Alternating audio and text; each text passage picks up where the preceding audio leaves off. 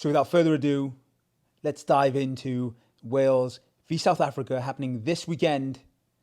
So without further ado, this is the Welsh squad. I'm going to give my opinions on it. I'm going to give my thoughts on it. I am excited by this squad.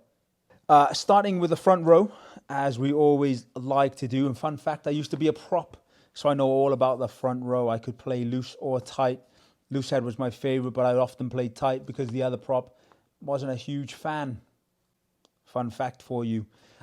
Kieran Asarati and Corey Domachowski will be retaining their positions after a solid outing against England in the first game. I thought they did very well, especially as it was their first cap for both of them.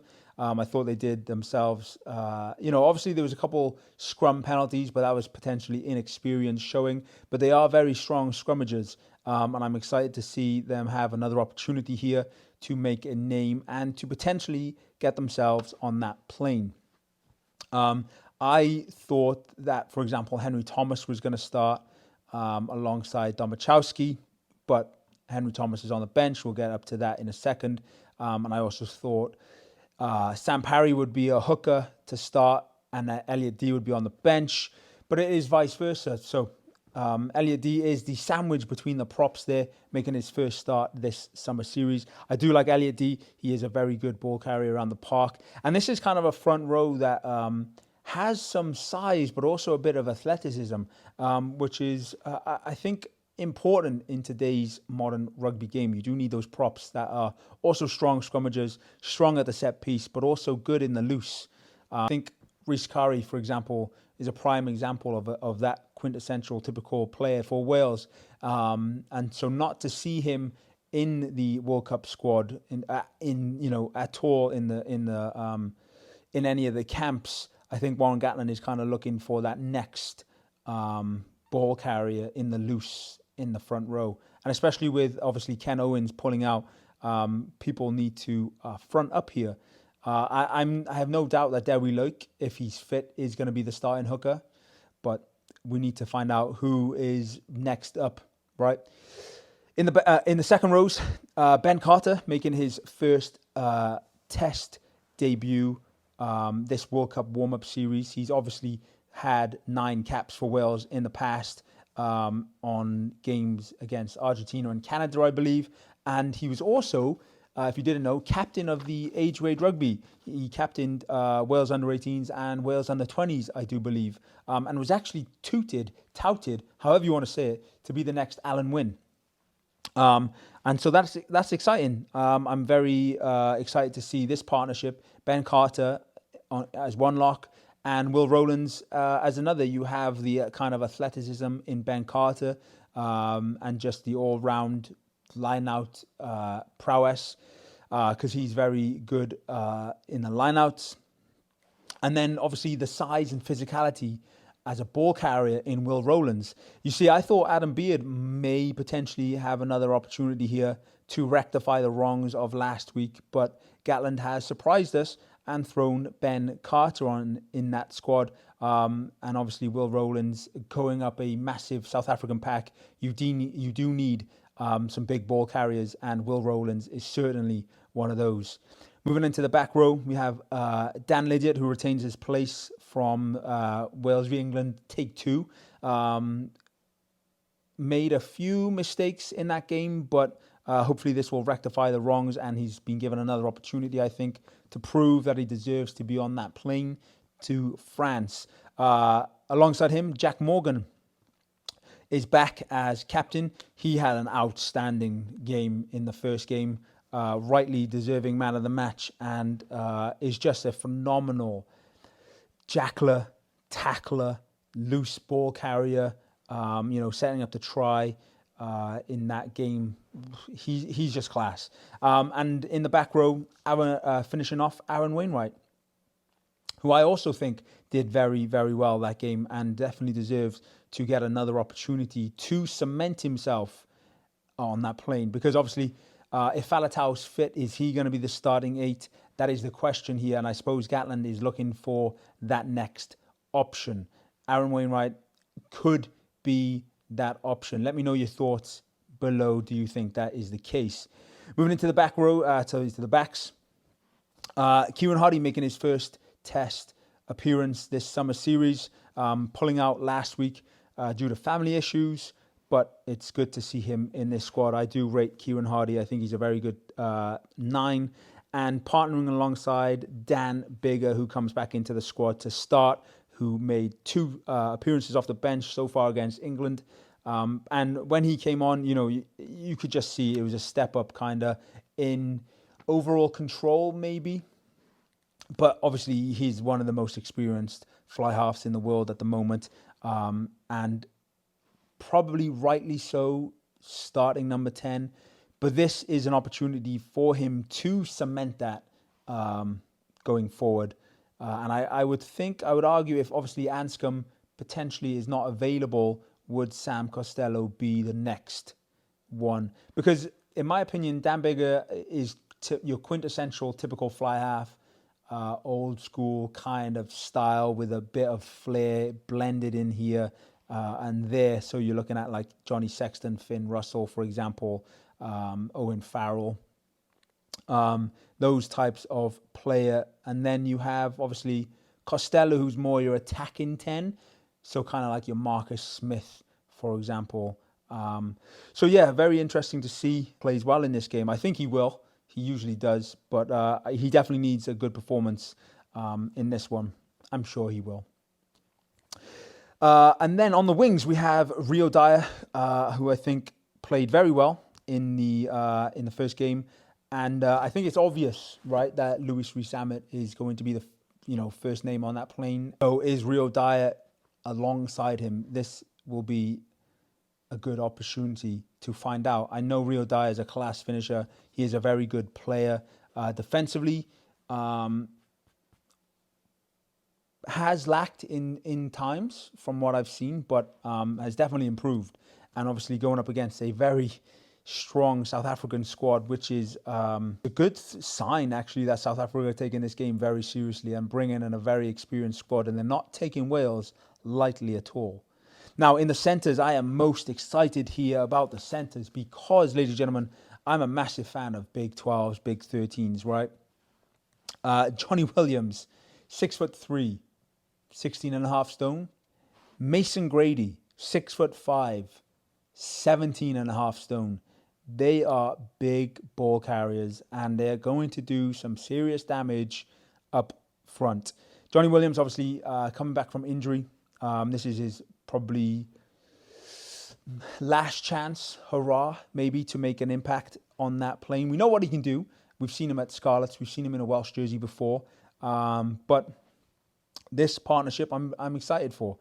Yeah, we'll see what happens. Mason Grady did it exceptionally well when he came off the bench in the first game. Not only did he have to fill in at second row, but also flanker. And then obviously moved out to outside centre when George North and him switched. But my goodness, he is a fantastic ball carrier and he's dangerous around the park. So I'm very excited to see this. And it doesn't get any smaller, ladies and gentlemen, because outside him, Alex Cuthbert, back in the squad, back from injury. And he has a point to prove, right? He has a massive point to prove here. Is he good enough to be on that plane? Possibly. I think Warren Gatland just wants to see it, right? He wants to see that Cuthbert still has it, still has that physical prowess around the field, that finishing capability, and that top-end speed. And then finally, Liam Williams at fullback. I was a bit interested to see Liam Williams' name pop up. I thought Halfpenny might get another opportunity. But I think Liam Williams has a few wrongs to correct from the Wales v England game last week. A couple of handling areas, high ball issues. But yeah, we will see. This is a very exciting squad and I'm excited for it. Among the replacements then, let's move on. Sam Parry gets another opportunity off the bench. There was a couple of issues last week where he overthrew the line out, miscommunication. But around the park, again, he's a very good loose ball carrier and rightly deserves another opportunity, I believe. Because the overthrown lineouts is also a miscommunication on Adam Beard's part because Adam Beard is the lineout captain. So you do have to get, obviously, everything right and the timings right. So you can't just pinpoint it on Sam Parry, but hopefully he deserves another opportunity. And this is his final shot to get on that plane. And then front row replacements, Nicky Smith and Henry Thomas, both exceptionally good scrummagers and both very good ball carriers. You could argue, based on the physicality of that front row replacement, it could be the Welsh equivalent to the South African bomb squad. Will we see it? I think so. Teddy Williams making his possible third cap for Wales. I highly rate Teddy Williams. He's a very good line-out jumper. He's also very physical as well. If you watch him play for Cardiff, he definitely does some damage when he gets moving down the field. And yeah, so he will potentially make his first appearance for Wales. Outside him, you have Tane Basham will cover the back row. Interestingly, obviously, he failed the HIA after the Owen Farrell incident last weekend, but has come through the concussion protocol, the HIA, and is the back row cover. And last week, when Tane Basham came on, he definitely added a different element to the game. He's very physical.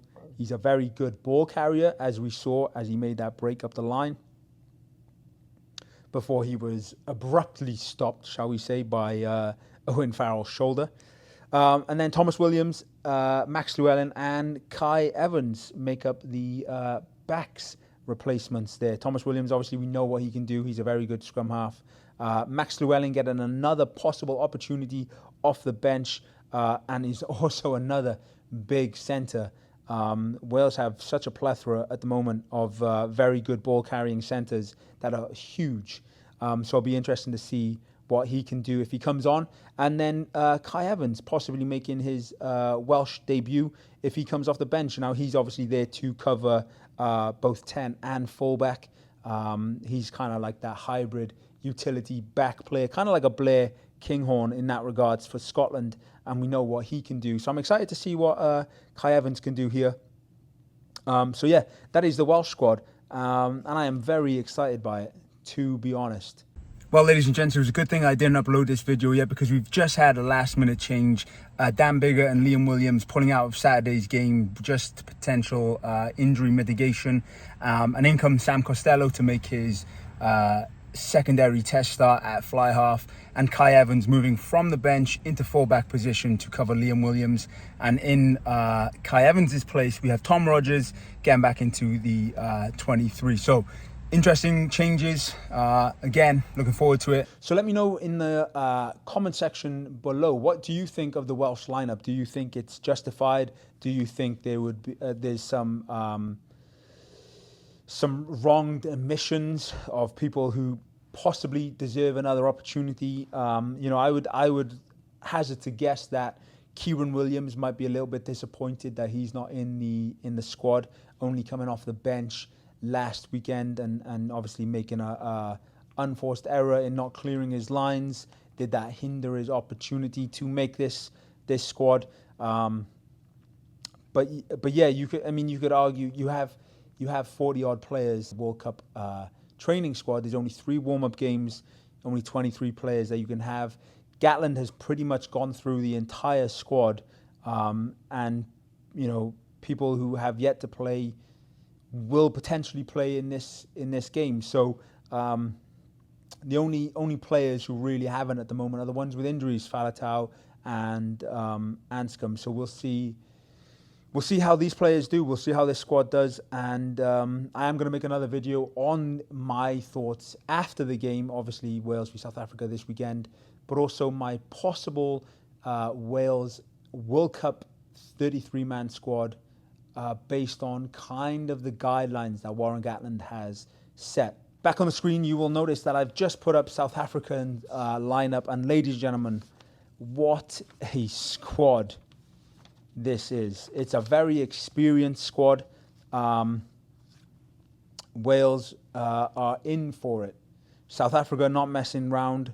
Obviously, some omissions here, but you know, you do want to save some of your experienced players for the World Cup.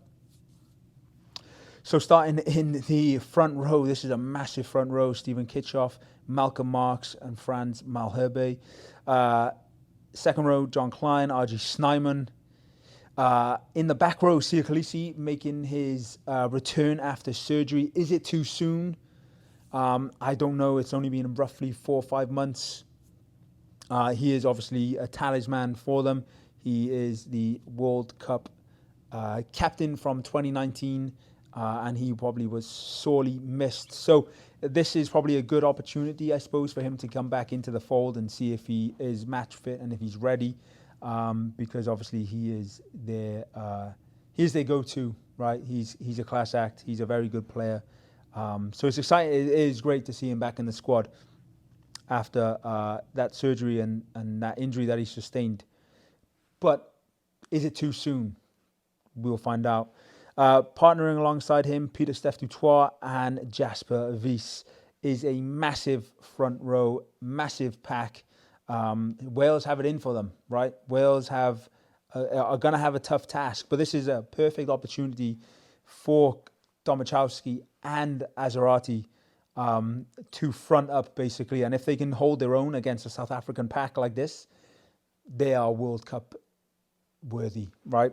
There's no question. In the backs, Jaden Hendricks, Manny Lebock, Cheslin Colby, Damien Delande, Jesse Creel, Keenan Moody, and Willie LaRue. Massive, massive opportunity here for a couple of those box players who wouldn't typically get their chance. And it's a very good South Africa squad. Their replacements: Mobonambi, Oxniche, Vincent Koch, Franco Mostert, Marco van Staden, Dwayne Vermeulen, Grant Williams, and Damian Willemse.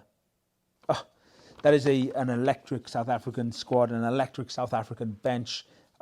Wales are going to be in for it.